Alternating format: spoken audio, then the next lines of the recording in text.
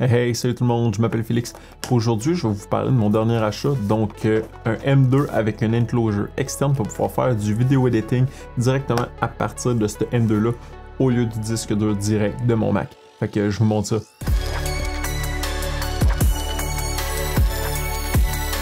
Donc la raison de cet achat-là, c'est que mon Mac possède seulement 512 Go de disque dur interne. Ce qui va se passer, c'est que quand je vais faire une vidéo, peut-être qu'il va durer 15, 20, 30 minutes, et que je vais ça va être le temps de renderer, de sortir la vidéo là pour l'avoir en 4K sur format un point MOV ou un point MP4.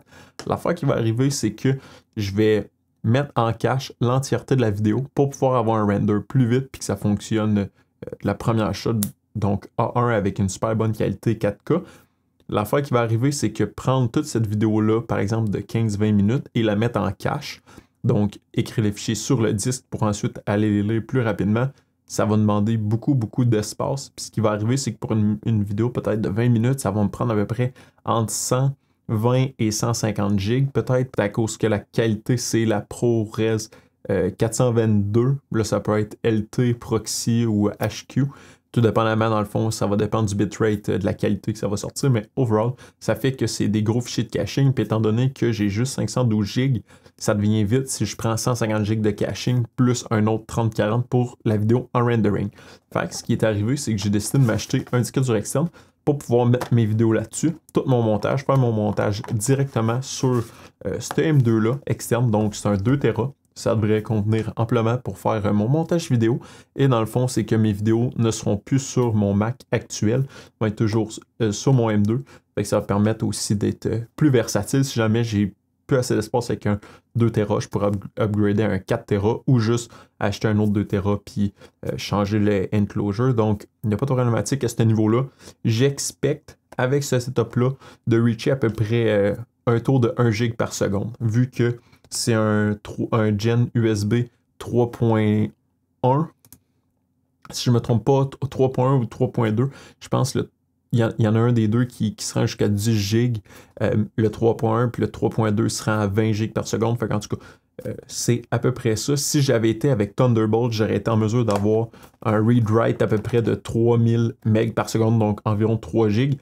Fait que j'ai pas été pour ce budget-là parce que le enclosure coûtait environ 150 et un autre 150 par exemple pour le SSD, fait que ça fait un budget de 300, tandis que là, je suis encore dans un budget de 200$. Donc c'est un setup un petit peu plus low budget, parce que si jamais on regarde sur Apple, par exemple, pour avoir un setup avec un MacBook et par exemple avoir 1 Tera, 2 Tera, 3 Tera ou 4 Tera, ça devient beaucoup plus dispendieux qu'un 200$ comme ça. Donc oui, c'est un petit peu moins vite, mais overall, ça vient quand même avoir une plus-value pour votre ordinateur. Avant, ce que j'utilisais, c'était un disque dur externe, puis le read-write est vraiment lent. Donc rapidement, ce que je vais faire, je vais mettre le M2 dans le enclosure et je vais faire un test. Donc je vais déposer une vidéo dessus qui dure une vidéo déjà buildée, donc la dernière vidéo que j'ai faite sur PF Blocker NG. Puis ce qui va se passer, c'est que je vais faire semblant de l'éditer, de passer au travers et de faire un rendering de cette vidéo-là pour voir combien de temps que ça pourrait prendre et dans le fond si la qualité est pas pire. Donc le but, c'est de savoir est-ce qu'avec ce setup-là, je vais être en mesure de faire mon vidéo editing externe et pas avec mon disque dur externe. Fait que on va regarder ça. Quand je rouvre, dans le fond, le disque dur, ben, c'est assez trivial, c'est assez classique. C'est un disque dur externe, donc un M2 classique. Quand je rouvre le enclosure, je vais mettre les liens dans le fond, je vais vous montrer ce que j'ai acheté en fait direct là. J'ai été sur Amazon, j'ai regardé pour un M2 enclosure, donc c'est lui que j'ai pris, le Sabrent. J'ai eu des bons, il y a quand même des très bons reviews, puis c'est en mesure de dire à peu près la vitesse qu'on est en mesure d'obtenir.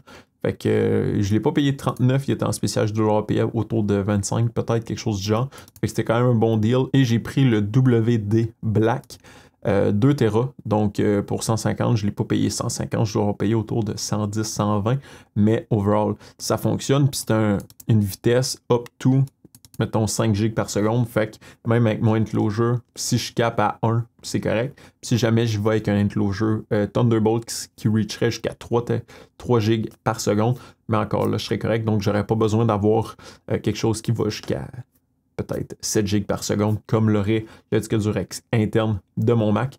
Fait que pour là, c'est quand même pas pire. Fait que grossièrement, même si vous l'achetez à ce budget-là, 149 et 40 Fait que vous allez tourner autour d'un budget de 200$, mais si jamais vous l'avez un minimum en spécial, vous êtes en mesure de vous en sortir à faible coût.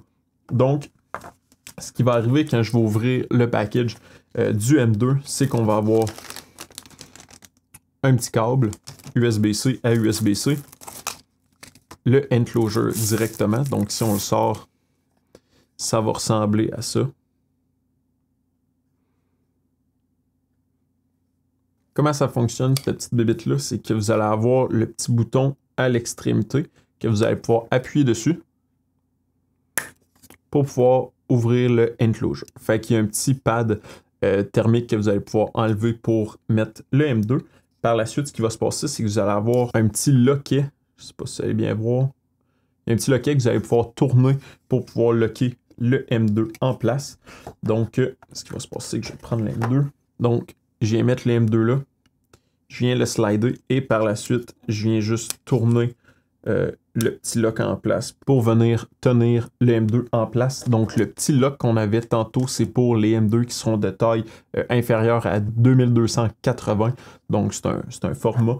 Donc, si jamais vous avez un format plus petit, donc un M2 qui est de plus petite taille, vous allez avoir besoin d'avoir cet adaptateur-là, cette petite holder-là pour tenir votre M2. Donc, si on enlève la petite pellicule pour pouvoir avoir la plaque thermique, et j'ai acheté d'autres pads thermiques pour être sûr que, dans le fond, ça ne devienne pas trop chaud parce que ça arrive souvent, les commentaires qu'il y avait en ligne, c'est qu'en utilisant ça, la vitesse est rapide, sauf que le device devient quand même assez chaud. Donc, ce que je vais faire, c'est que c'est pour ça que j'ajoute un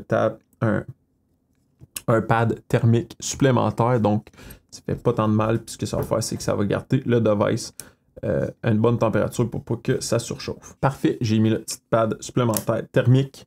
On vient le fermer, c'est lock en place. J'ai le petit câble qui vient avec le device. On va le plugger comme ça et on va le plugger dans le MacBook pour y avoir accès. Fait que ce sera pas long. Une fois qu'on a plugué le disque dur, on va venir le formater en ouvrant le disque Utility. Donc on va avoir un nouveau disque qui va s'appeler Sabrent Media. On va pouvoir faire un right-click dessus. On va pouvoir faire Erase. Dans notre cas, je vais choisir le Apple Partition parce que j'avais eu des problèmes au niveau lorsque je choisissais le APFS. J'avais des problématiques un petit peu à ce niveau-là. Donc, en choisissant juste les Apple Partition, M2 YouTube, Erase. Puis comme ça, après ça, on va pouvoir faire un test de rapidité en transférant à peu près un 12 GB d'image. Parfait, c'est fait. Donc ici, j'ai un fichier Sony ZV-10, donc ma caméra, les photos que j'ai prises avec ça. Si je fais un get info, j'ai à peu près 12 GB de photos. Fait qu'on va voir le temps que ça va prendre pour transférer le 12 GB sur le M2.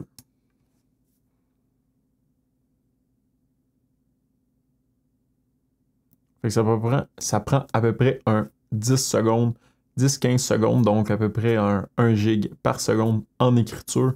Donc, vraiment rapide pour des petits fichiers. Toutefois, si j'arrive, par exemple, au niveau des movies et je viens prendre, par exemple, dans la section Shorts, Rode PodMic, donc un short que j'ai fait, si je viens transférer, par exemple, ces 4 fichiers-là, qui sont tout petits, je viens transférer, ça va prendre que quelques secondes, ils vont tous se mettre. Parfait, c'est rapide. Si je prends, par exemple, lui qui fait 1 GB, je ne sais pas pourquoi, mais ça va être un petit peu plus long. Il va dire un temps d'estimation qui va prendre un petit peu de temps à faire, puis après ça, il va embarquer. Fait que peut-être un petit downside à ce niveau-là, au niveau de la rapidité d'écriture, mais sinon, en termes d'écriture de petits fichiers, excellent. Donc, est-ce que ça va être bon pour faire du vidéo editing? C'est ce que je vais vous montrer dans pas long. Donc, si je rouvre le vidéo 78 PF Blocker NG, Resolver 16 GB, donc quand même un gros fichier. Ça me dit 2 minutes pour transférer lui de 1 GB. Puis finalement, il est déjà il a déjà fait plus que le quart. Fait que je vais attendre un petit peu pour voir combien de temps que ça va prendre pour faire le transfert. Mais toutefois, le 12 GB de petit fichier a été quand même très rapide. Donc, en tout cas, c'est un petit bémol, là. J'ai entendu dire qu'il y en a qui c'était à cause du enclosure, il y en a qui c'était à cause du SSD. Donc, je vais voir là, si jamais ça devient vraiment Problématique pour moi, je risque de peut-être faire l'essai pour un Thunderbolt pour voir s'il y a le extra speed. Le fichier a été déposé, donc lui de 16 GB a été transféré sur le M2. Donc maintenant que j'ai ouvert DaVinci Resolve, ce que je vais faire, je vais venir... Ça, je vais supprimer ça. Je vais venir prendre ce fichier-là et je vais venir le transférer directement dans DaVinci Resolve pour voir la lecture et l'écriture. Donc si je viens mettre ça ici... Le rendu se fait quand même très bien. Donc si je viens ici, je fais play, ça joue. Si je recule ici, okay, on va l'ouvrir un petit peu plus gros.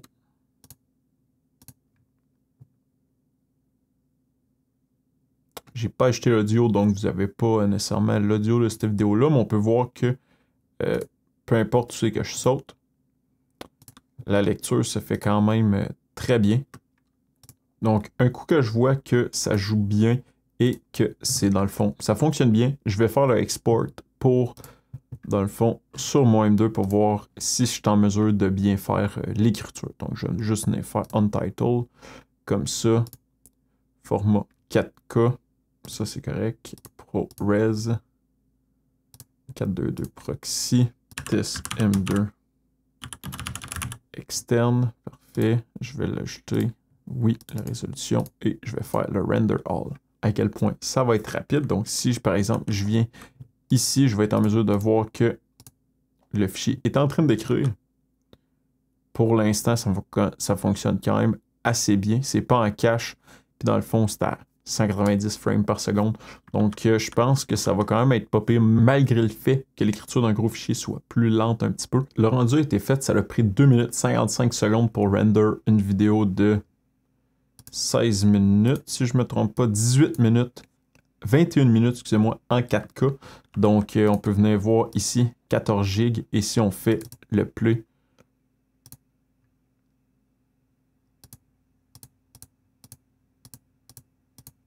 ça fonctionne super bien, le rendu est beau. Donc, je suis vraiment satisfait. Puis, la prochaine vidéo, dans le fond, cette vidéo-là, je vais l'éditer sur mon M2 et je vais vous redonner du feedback par la suite pour dire comment ça a été. Donc, si jamais vous avez aimé la vidéo, mettez un thumbs up, c'est toujours encourageant. Si jamais vous avez des questions, commentaires, allez mettre ça dans la section un petit peu plus bas. Joignez notre superbe communauté sur Discord pour partager vos connaissances avec nous. Partagez la vidéo en grand nombre et on va se dire à la prochaine. Bye bye.